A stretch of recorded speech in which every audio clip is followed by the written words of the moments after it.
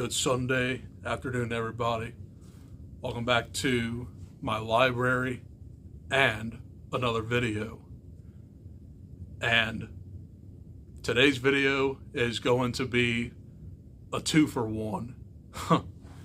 So, as you know, I didn't do much filming at the end of June because I had to have my room painted, but that's all in the past. So I didn't give you guys any wrap-ups on books or movies. That's what I'm gonna do today. So this is gonna be my June and July book wrap-up. Guys, I got a lot of books to talk about here. A lot of them are from physical, Audible, and Kindle. So I'm going to give you the order of which I read these books and give you my rating and thoughts on them. I have 19 books to cover. So I read 13 books in June, and I read 6 in July. Yeah, I was right. That was 19. Math is hard. But anyway, I'm already talking too much. Let's go ahead and get this thing started with my June wrap-up. And the first book I read for the month of June was Full Brutal by Christopher Triana. And this was part of my extreme horror rating vlog that I did at the beginning of June when I had a vacation. You'll definitely see some more here in a minute. But this is the story of Kim White. She is a 16-year-old average white girl. She's like a cheerleader, but she's tired of that facade. So she starts developing weird fetishes that turn her on. She's into like snuff films, extreme violence, and lots of sex. This book is advertising what it is. This is basically Jennifer's Body meets Mean Girls. And yeah, it's really rough, but I really enjoyed it. This is in the front runner of Book of the Year for me. So if you want my full thoughts on these 3 books I'm going to talk about here in a minute, check out that vlog. But that vlog is an hour and a half long, so have fun with it. But that was the first book I read in June, Full Brutal. Followed by the sequel to Gone to See the Riverman, Along the River of Flesh, also by Christopher Triana. And this is pretty much focusing more on Edmund Cox and his escape from prison. This has the perspective of like a detective and a private investigator. And it also introduces another groupie of Edmund Cox, which so happens to be Edmund Cox's daughter. So these aren't really good characters. But this one wasn't as graphic as Full Brutal, but it's still pretty messed up. So I really did enjoy the narrative here. and it definitely reminds you a little bit of Silence of the Lambs in a way. So that was Along the River of Flesh. And I forgot to mention that I gave Full Brutal and this 5 stars. So there's that. The next book I completed in June was my first Kindle read, Cursed by Lee Kenny. And this was part of the Books of Horror Indie Brawl. You'll definitely see some of those on here. But this is basically about a cursed item that gets delivered to people and it just messes with them. This was a pretty solid story and had a really, really brutal end to it. Because if I'm correct, our main character's wife gets the curse and she commits suicide. I think it's been over a month, but this was a pretty solid book. I gave this 4 stars.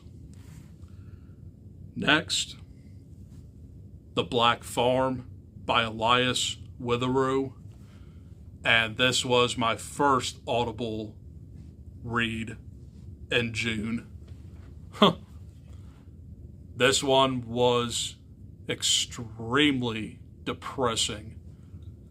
I mean, the way this thing starts off, it's about like this couple who just literally lost their newborn son, I believe, and they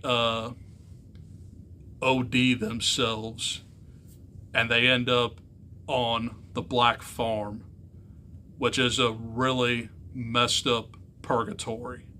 And this novel was really weird, but extremely brutal and depressing. But I really did enjoy this one as well. I really do want to read the sequel sometime. But that was The Black Farm. Next, it's that final book I did for the Triana vlog, The Prettiest Girl in the Grave. And this one is just general horror, so it's not really extreme.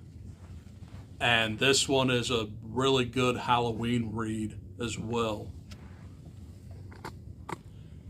So this is about a group of girls who play this game at a graveyard, and it's part survival story, part ghost story. So they get stuck in like this tunnel and they're plagued by a ghost that turns out to have like a very sinister beauty pageant. Really weird, but I really did enjoy the story. And yeah, I gave this one 4 stars though. So it was good, but it wasn't a new favorite. The Prettiest Girl in the Grave. Followed by When I Was Your Age by Kenan Thompson. Yeah, total 180 there. But this one was on Audible, and this was just a memoir about Kenan Thompson and his rise to fame and parental life. So, gotta know Kenan Thompson from like the 90s and SNL. I just wanted to read this because I love Kenan Thompson and I really did enjoy this memoir. I gave it 5 stars. So very good reading month, by the way. But next, I read my next Audible book, Stuck by Ben Young.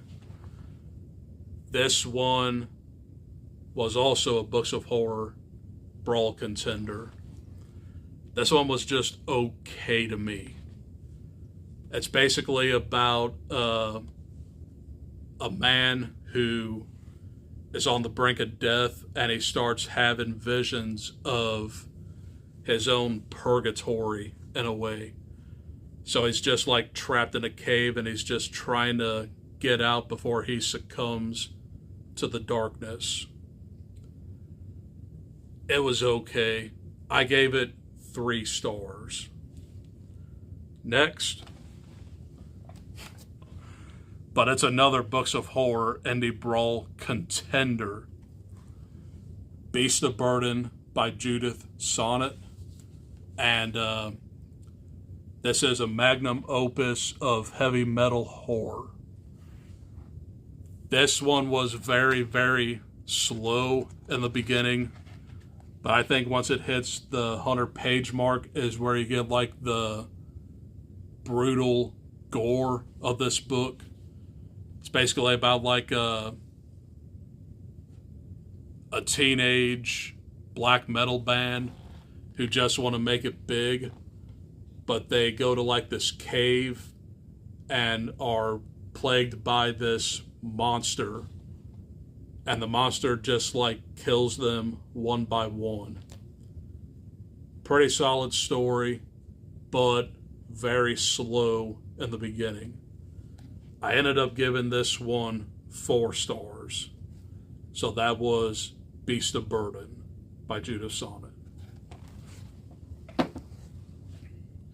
Next is Fun Fair by Sam West. And this is a carnival-themed extreme horror novella. And this is basically about a mysterious fun fair that pops out of nowhere on Halloween night. And it just takes a few characters and their perspectives on this fun fair. So there's clowns, there's a ringmaster, and just horrific imagery in here. Not to mention the way these clown women are portrayed. It's almost like a softcore porno. But I really did enjoy this one. It's a fun little carnival horror novella. I gave this one 4 stars. That one was also on my Kindle. So I really knew how to use my Kindle last month, because I ain't done yet. But the next one I read was A Child Called It by Dave Pelzer. And this is about a Dave Pelzer and his apparent case of extreme abuse by his mother. So he talks about what really happened and how he got out. But this feels like fiction in a way, because it's written like fiction. It's not really going into detail about child abuse and all that, but it's just his story. I thought this one was okay. I gave it 3 stars. Next one, Father and Son by Judith Sonnet. And this one was just a 40-page novella on my Kindle. And this was about think about like a teenager who gets bullied severely, and it turns out this teenager is hiding a secret of his own. His father might be the devil, and the way this thing ended was so weird. I'm like, what is this? But that's pretty much Judith Sonnet's style. She's a little weird and very brutal. This one was okay. I gave it 3 stars. And I have The Ghost Next Door, book number 10, and Goosebumps by R.L. Stine.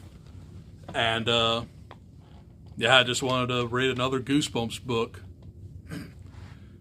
But this was about a boy who lives right next door to this girl who thinks that the boy and his family are ghosts. But the main twist is given to you in the first couple chapters. This is a really, really sad story that features death and you least expect it. But it turns out the ghost next door is the girl, and her name is Hannah. And her family died in a fire. So the boy is actually alive. She's been dead for 5 years, so she didn't even realize who she was even talking to, because she didn't recognize any of the kids at all. But pretty good story. Of course, really, really short. But I gave this 4 stars. And that's it for my physical reads for June. But I ain't done with June yet. Well, actually, this last one is the completion of June. So, Slot Machine Fever Dreams, whatever this thing is, by Chris Bojalian. This was part of the Obsessed Thriller series on Kindle Unlimited, and this one was bad. I didn't understand what the hell was even going on with this thing. I gave it 1 star. I did not like this one at all. So basically it's about this dude in a casino, and he meets this woman, and the woman works for the Russian mob or something. It's all I know. I couldn't really even tell you what this thing was, but that was Slot Machine Fever Dreams. See, I forgot the damn title. Whatever. Okay, so those are the 13 books I read in June, but I ain't done with this yet. Let's move into July. And before I give you my books that I completed in July, I just wanted to give you a quick update. I'm less than 100 pages away from finishing Hearts in Atlantis, which was my main book to read in July, but you'll definitely see it in my August wrap-up. But I'll try and film a video on this, but I feel like there's not much to say about it. I mean, I'll try it, but I'm at pretty much the end of the 3rd story, and I got 2 more novellas to go. So, more on that when I get to it. But just wanted to give you that update. Moving on to the 6 books I completed in July. The first one, Rambo: First Blood Part 2 by David Morrell, and this one was on Audible. I really did enjoy the story quite a bit. Not as good as the first one, but it's a worthy sequel. So, in the original novel, Rambo actually commits suicide, and the movie came out, and it was so popular that Dave Morrell had to rewrite the character. So The way First Blood ended was John Rambo was apprehended, and Rambo 2 takes place in Vietnam, and he's trying to get prisoners of war out of there, and they just escape to Thailand. So, one-man army, but a different location. All of these books and movies are very parallel to each other. But I really did enjoy this one. I gave it 4 stars. Then I completed the Rambo trilogy with Rambo 3 by Dave Morrell as well. I didn't intend that to happen, but there you go. So this is the last of Rambo in the 80s, and the last novelization that Dave Morrell ever put out. But this takes John Rambo to Afghanistan, and he has to get Colonel Troutman out of there before he dies. So it's a pretty good one, but it got a little too macho, if you will. Nothing wrong with that, but it is definitely cheesy. So that was Rambo 3. Next, Party Summer by R.L. Stine. This one was on my Kindle, and this is book 1 of the Fear Street Super Chillers. And this is not what you expect, because I thought this was going to be like a slasher on the beach. It's far from that.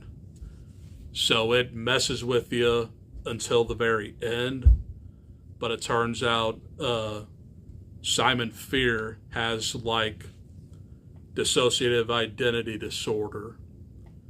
He just has like his brother and him morphed into one. So all these teenagers decide to get off this island before they're next in line. But it also throws in a possible ghost story, which it's not really a ghost story, it's just like a psychological thriller for young adults. I enjoyed the story, but it did get a little bit predictable near the end. But I did end up giving this 4 stars. Next, Inside the Devil's Nest by John Durgan. And this one was part of the Books of Horror Indie Brawl as well. And this one is probably one of my favorites of the Brawl. This one was just about like a man getting away from some sort of mob because he killed like the younger son of this mob boss, and he gets his family out in the middle of nowhere, and they set I don't want to say set sail because they're not on the water, but they make their way to like this abandoned campground, and there's like this lake that holds a deadly secret. So there's like a very sinister evil that comes out from this lake, and it possesses people to join a killer cult. This thing was wild, and I really enjoyed it. So I gave this one 5 stars. And that ending was brutal as well. Okay, I got 2 more books to talk about. The next one was Hometown Victory by Keenan Lowe. And this is basically a nonfiction about Park Rose High School in Portland, Oregon, I believe. And this was about like Kenan Lowe. He was like 26 at the time, and he's like the head coach of this high school that lost 23 games in a row. But he did lead his team to the playoffs, but they did end up losing in the end. So the Park Rose shooting, which didn't end up being a shooting, actually pictured, by saying I meant Kenan Lowe, he talked this kid out of shooting up this school. And apparently that was all over the place in the news. This happened in like 2019, 2020. Wasn't that long ago. But I do remember hearing about it. But I really did enjoy the story. And that was hometown victory. And finally, the last book I did complete in July was Mine by L.M. Kaplan. Also a Books of Horror Indie Brawl contender. And I think this one kind of like competes with Inside the Devil's Nest. This one was definitely Psycho meets God, I don't know. But it definitely reminds me of Psycho in a way. Because this dude is like unstable, and he lives with like his alien mom, and he's just sick and tired of it. So one day he snaps and smothers her with a pillow. And all he wants in life is the perfect family. Perfect family is living across the street from him, and he has the idea in his head to actually take over that family and become the patriarch. Well, he also becomes like a murderer to get what he wants. This thing was wild, but it had a very depressing ending. Kind of dark too, but I gave this 5 stars. We did it. Those are the 19 books that I completed in the last 2 months. So later on tonight, or maybe this afternoon, I'll also give you the movies I watched in June and July, and then give you a trap movie review. So those are coming really soon, and leave it at that. Okay, that's the end of this video. I'll see you guys in the next one. Adios. Peace.